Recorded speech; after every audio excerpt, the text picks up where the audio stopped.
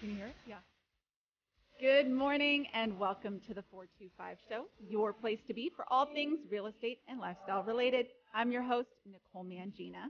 With Windermere Real Estate, I have been helping clients buy and sell homes here on the East Side for over 20 years now.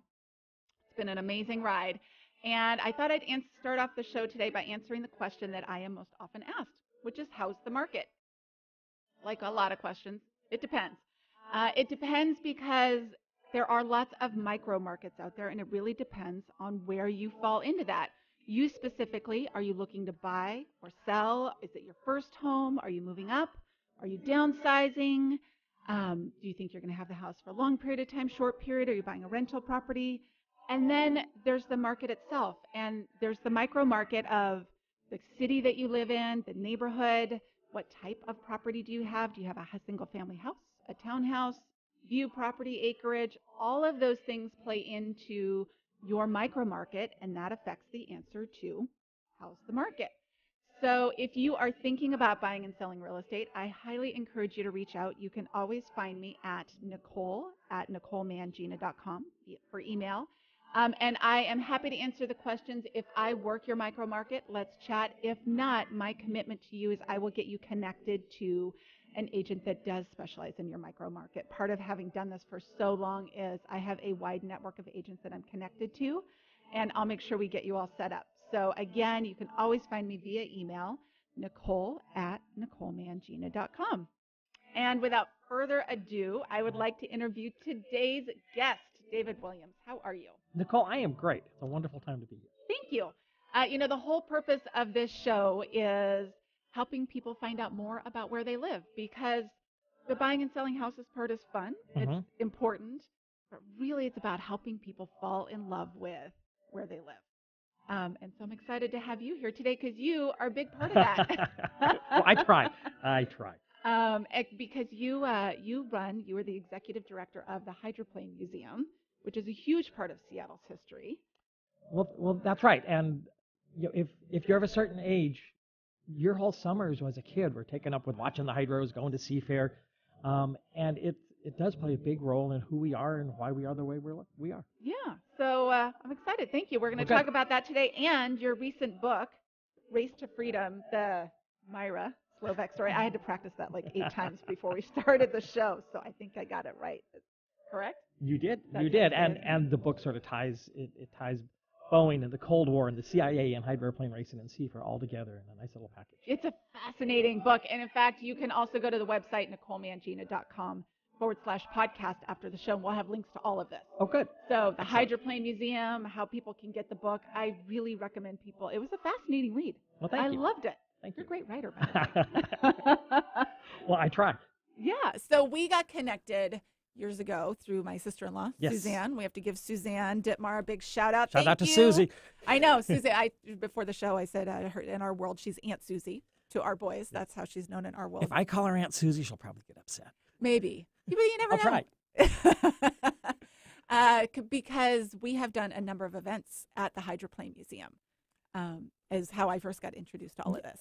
Yeah, the museum, you can rent the museum for just about anything. We do high school graduations, and we've done one wedding, which is a really special woman to put up with that. We've done lots of wedding receptions and birthday parties. But I think you came, Susan's rented it a number of times for Relay for Life events. Yes. And we're happy to do that type of thing as well. Awesome. So let's talk about the museum, how you got involved in it, and then we'll dive into Myra's story as well. All right. Well, I absolutely, as a little kid, I was watching a race that Mira Slovak was in on Lake Coeur d'Alene and just fell in love with the sport. I fell in love with the noise and the spectacle and the spray and the color. And at 5 years old, I decided that that's what I wanted to do when I grew up. Yeah. I love it. So if there are kids out there that are looking at Russell Wilson and going, oh, I want to play for the Seahawks, that's kind of how it starts. Yeah. You get a passion, you follow it, you practice it, and you get good at it, and maybe someday you can make a living at it. So do you drive the hydroplanes then, or what was your path? I came through to it. I drove amateur, but I worked professionally as a boat builder and a crew chief and an engine man. And eventually I did drive. I drove turbines at Seafair for about 5 years. Okay. I've been driving vintage hydroplanes for 25 years. I'm just trying to do the math right, but yeah, since about 1993, right. Okay. I've been driving unlimited hydroplanes. That's amazing. Yeah. And hydroplanes are like none other. I mean, to go watch them and experience it just as a spectator, I can't even imagine what it's like to be big part of it. And they're loud and they're exciting. They're 30 feet long. They weigh 6,000 pounds. They go about 180 miles an hour. Wow. And it's quite something to drive them. It's sort of like, some people equate it to bull riding. It's very intense. It's very physical, but it sure is worth it. And it is part of the Northwest history, right? It's been here for a long time. We started racing as a sport. We started racing here in 1951. Wow. And it was the first real big league professional sport. The first time network TV came to Seattle, it wasn't to cover the Huskies or the Seahawks or the Sounders. It was to cover hydroplane racing back in 1955. Really? Yeah. That's amazing. And back in the day, the sport was really dominated by these big name industry giants. We had Sam DuPont, from DuPont. Wow. We had Edgar Kaiser from Kaiser. We had Horace Dodge from Dodge. We had Bill Boeing, Warren Avis from Avis. All these names that you see as Fortune 500 companies. These were real guys, and these are guys that raced hydroplanes, and that's how they first started coming to Seattle, was for the boat races. That's cool. And hydroplane, is that a predominantly Seattle thing? Or I think from reading your book, it's actually national, isn't it? It's had its ups and downs. Okay. Right now, it's got probably 3-4 hotbeds around the nation. San Diego, California, Detroit, Michigan, Indiana, and Washington State are the places where it's big now. But it has in its day, it's been big all over the country. Miami and Washington, D.C. and Buffalo, New York, and places like that. That's awesome. Cool. And you've been involved with the museum now for a long time. I started volunteering at the museum in 1993. Okay. So I've been lucky to spend the last 25 years doing what you love. Doing what I love. Cool. Yeah. I'm probably surrounded by some really neat people. I have met some very, very neat people, and that's a great segue into the book. Yeah, let's chat about it. Mira Slovak was a Cold War hero. That's how he was famous about 3 different times in his career. But the first time he was well known in the U.S. was he had been raised in communist Czechoslovakia. Right. Could not stand life under the communists, so he hijacked an airplane, flew it across the Iron Curtain, brought some passengers with him, brought a whole big stack of documents that he turned over to the CIA. And the CIA thought, well, this guy's pretty cool. So they hired him, and he worked for the CIA for a number of years. And then as a reward for the great job he did for them, they got him sort of the coolest, cushiest job you could get a pilot, which is being Bill Boeing's personal pilot. Sounds like a good gig. I think it'd be a great gig. And he and Bill got to be very, very close friends. And then eventually Bill, living in Seattle, got involved in boat racing. And he asked Mira, hey, do you want to drive my hydroplane? Well, actually, first he asked Mira, have you ever been in a boat before? And Mira said, oh, sure, lots of times. Well, would you like to drive my boat? Well, of course. So he hired him to drive the boat. The thing that Mira didn't tell Bill was the only boat he'd been in was a kayak that went 7 miles an hour. So that's a pretty big step from an 8-foot kayak that goes 7 miles an hour to a 30-foot boat that goes 160. But that's kind of the type of guy Mira was. He could talk his way into anything. But then he produced as well. He did produce. And it was, so you just gave an overview of his story, but you really go pretty deep in it in the book. And it's fascinating to hear kind of some of what Mira went through in Czechoslovakia before he, defected. I don't know if that's defected is the right word. And the courage he had to have to do that, because you didn't know who you could trust or what was going on. Like, this thing could have gone south at any point in time. Exactly. And when he lived here, and he defected in 53, and he passed away in 2014. Right. Up until the mid 2000s, everything that had happened in Czechoslovakia was still sort of a secret. Right. The communists didn't fall until about 1990, and he didn't want to get his family or his friends or anyone that helped him escape. He didn't want to get them in trouble, so he couldn't really talk about it. So much of the story that's in the book has never, ever been told. Right. And I was lucky enough to meet Mira and befriend him. And we spent a lot of time sitting in nice little bars or restaurants with a cocktail or two, swapping stories. And as I heard his story, it just struck me, this is too good a story to let pass away. Yeah.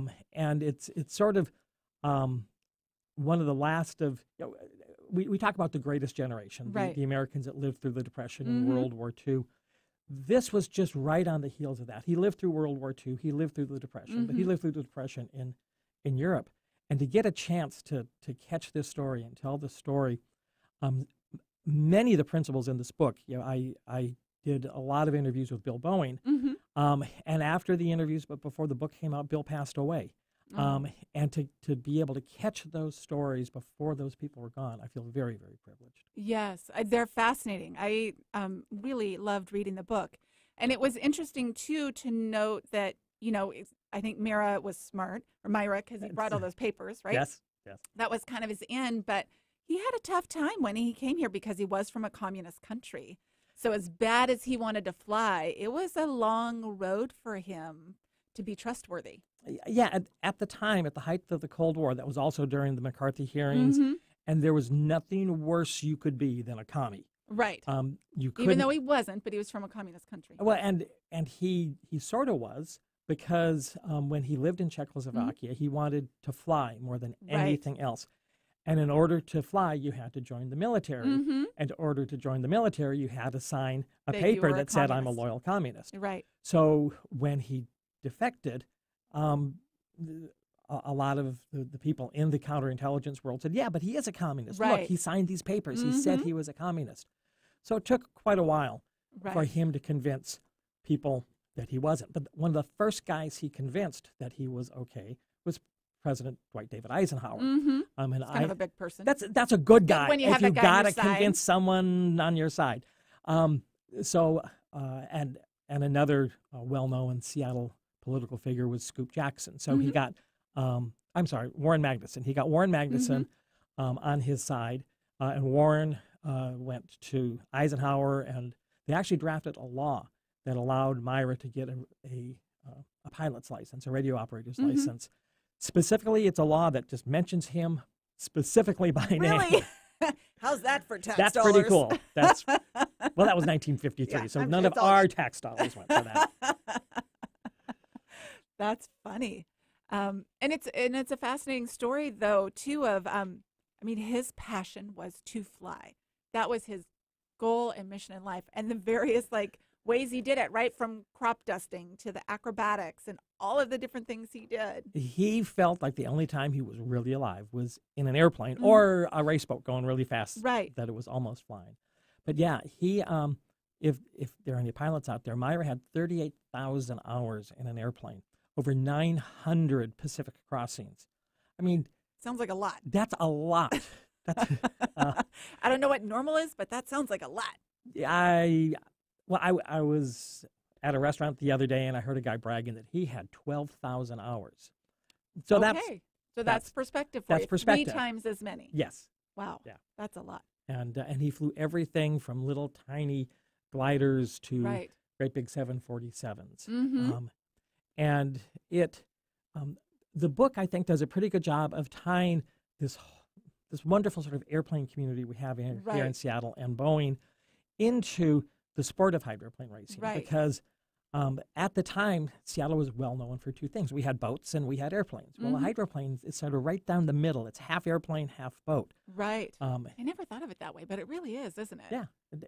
Yeah, it really is. And I think that's why they were so big and popular and successful here for so many years, is that we had a lot of people that worked with boats. We had a lot of people that worked with airplanes, and this would appeal to both of them.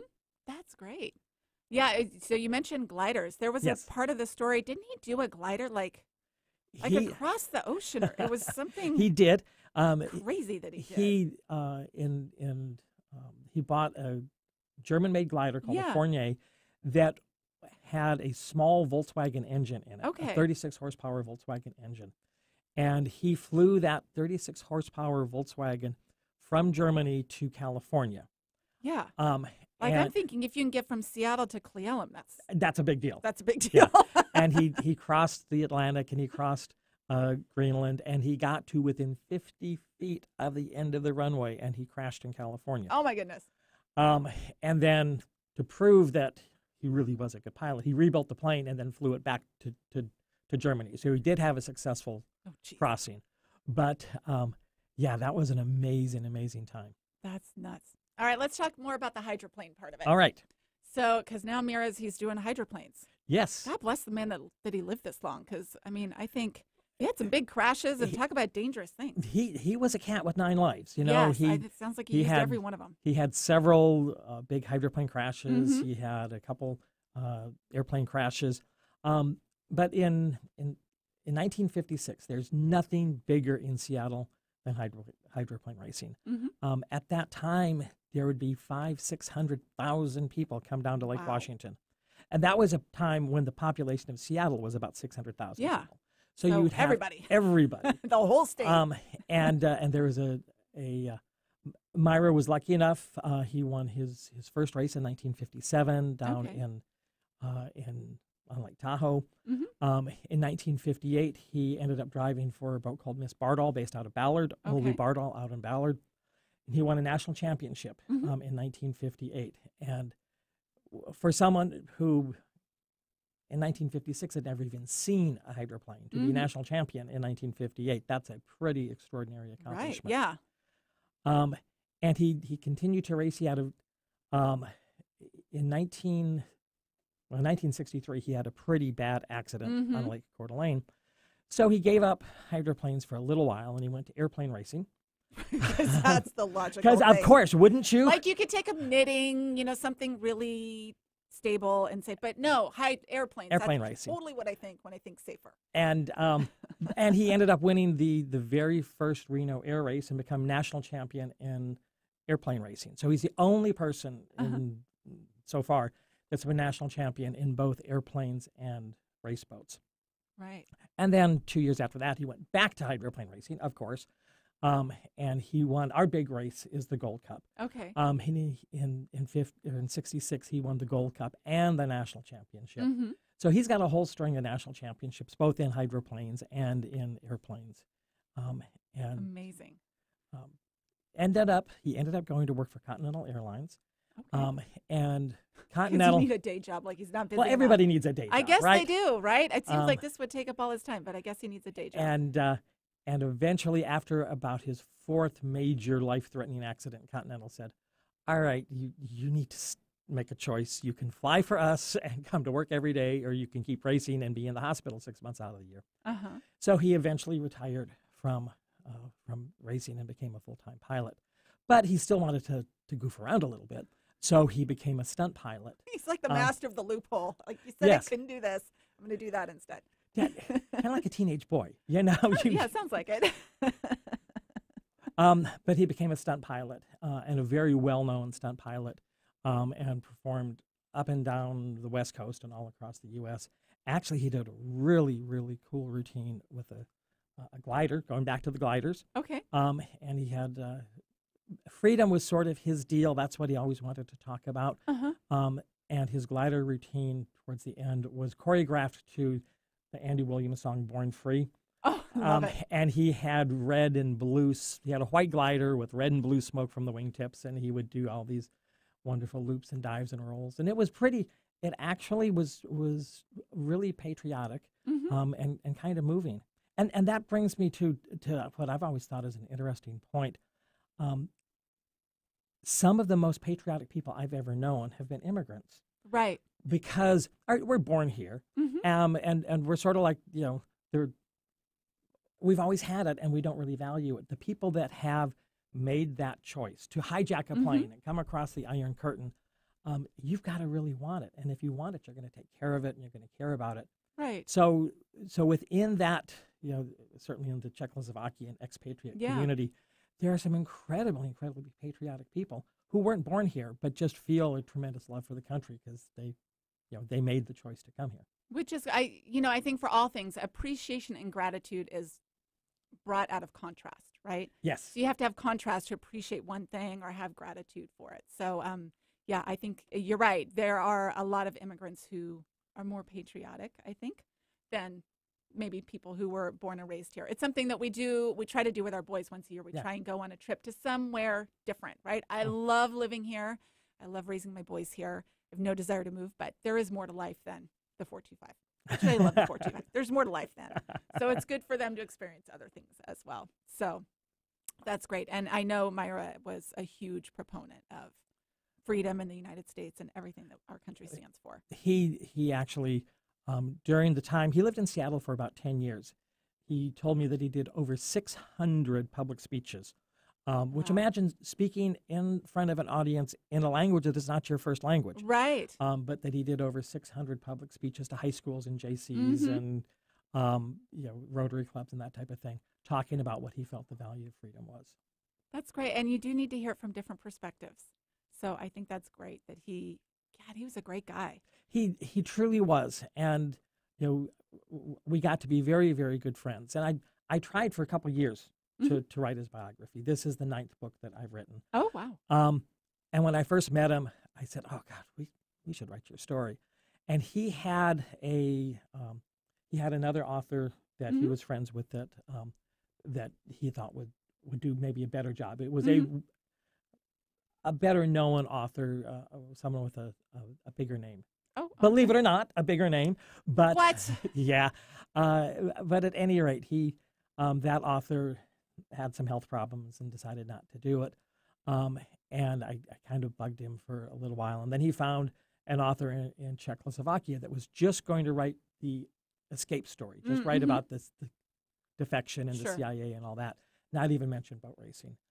But that author moved on, and then eventually Myra was diagnosed with cancer. And he called me up on a sort of rainy afternoon in February and said, David, how much can we get done in 6 months? Because I've only got 6 months left. Wow. So I pretty much hopped a plane and went down to California where he was living and took my little tape recorder and started interviewing and got some tremendous stories. The original manuscript of the book was about 600 pages long. Oh, my goodness. And my publisher said, if you leave it at 600 pages, it'll never get published. When you die in however many years and your kids are cleaning out your house, they're going to find it in the underwear drawer and go, oh, hey, here's Dad's book, and then throw it away. So we've got to love brutal honesty. Yeah. Well, so we cut about a third of it out. You did a phenomenal job with the story. Again, if you are just joining us, we are talking with David Williams, the executive director of the Hydroplane Museum, and his book, The Race to Freedom, the Mira Slovak Story. It's an amazing, compelling story. So we'll have links on the website after the show, NicoleMangina.com/podcast. So you can find out more about you and the Hydroplane Museum and the book, because it's fascinating. And you've got, we'll jump to present time. You've got some hydroplane stuff going on this weekend. People want to jump in. The museum puts on an event called Mahogany and Merlot over at Lake Chelan. Oh, I love it. And it is a combination. This is crush. This is their over in wine country. They're harvesting grapes right now, and they're crushing them. And it is just a gorgeous, gorgeous time of year to be in Eastern Washington, especially up in wine country in Chelan. We are taking, there will be 24 limited hydroplanes, which are, vintage limited. Okay. They're automotive-powered boats that most were built in the 50s and 60s. We'll take 11 unlimited hydroplanes. The oldest one we're taking is from 1908. Okay. Wow. And it's a lot of these boats were built out of mahogany, which is where the mahogany part of the Mahogany and Merlot comes in. We also have about 24 vintage Chris Craft runabouts that will be on display, about a dozen vintage cars, and then a really neat vendors booth area where there's lots of arts and crafts. So we kind of take over Chelan. I love it. For about 3 days, we have a street dance on Friday night. We have racing, well, not actually racing, exhibitions. We're running exhibitions all day on Saturday. And then Saturday night, there's a big barbecue and another dance with a live band. And then Sunday, more racing, and there are also wine tours. Yeah. So we try and strike a balance where there's something for everybody to do. Yeah. If you go over with your husband or your partner and he wants to hang around and look at the boats, but you want to go taste wine. Well, then you go off and taste wine, and he hangs out at the boats. Just as long as everybody meets up at the end of the day and has a good time. That's awesome. Do you guys do that every year? We do it every year. This is our 9th annual Mahogany and Merlot. I love the name. Yeah, it's kind of that alliteration. There's not a lot of Merlot grown over in Chelan, but we couldn't find anything that rhymed with Pinot Noir. Right. That's a little tough. That's awesome, though. And it's, the hydroplanes, I think, are fun. They're works of art. Well, thank you. Just to see them. It's amazing to see what they look like and how they're all put together. And I left out the best part about Mahogany Merlot. What? It's free. No way. Yes, it's free. Cool. We have other avenues to raise money, so all the events we do, the dinner we charge for. But the street dance is free. The reception when you get there is free. All the racing activities free. Oh, good. Yeah. Well, you should have a good turnout, I think. I should be think a it's great going to be weekend. gorgeous weather. Yeah, beautiful weather, and there's a lot of people over in Chelan. I know There a lot are. of people that go over there on a regular basis. So, cool. Thank you so much for You're joining very us welcome. today, David. My pleasure. Absolutely. Again, we'll have all the links on the website after the show, NicoleMangina.com/podcast. And I need to do a little clarification from last week's show. I had HopeLink on here, and they're amazing, but I kept talking about the pantry packs. Apparently, HopeLink doesn't do the pantry packs anymore, like Washington School District does. So if you're on HopeLink trying to contribute to pantry packs and you can't, that's why. You have to go to Lake Washington School District. But go to HopeLink, contribute to them because they have amazing programs. They do phenomenal things for the community, housing, education, transportation, job searches, all of that. But I did want to clarify in case you're like, what's this gal talking about? Because I'm on the website and I can't find it. So there you go. That's the beauty of live radio. So anyway, thanks so much for joining us today, everybody. We'll see you again next week. Take care. Bye-bye. Thank you, Nicole. Thank you very much.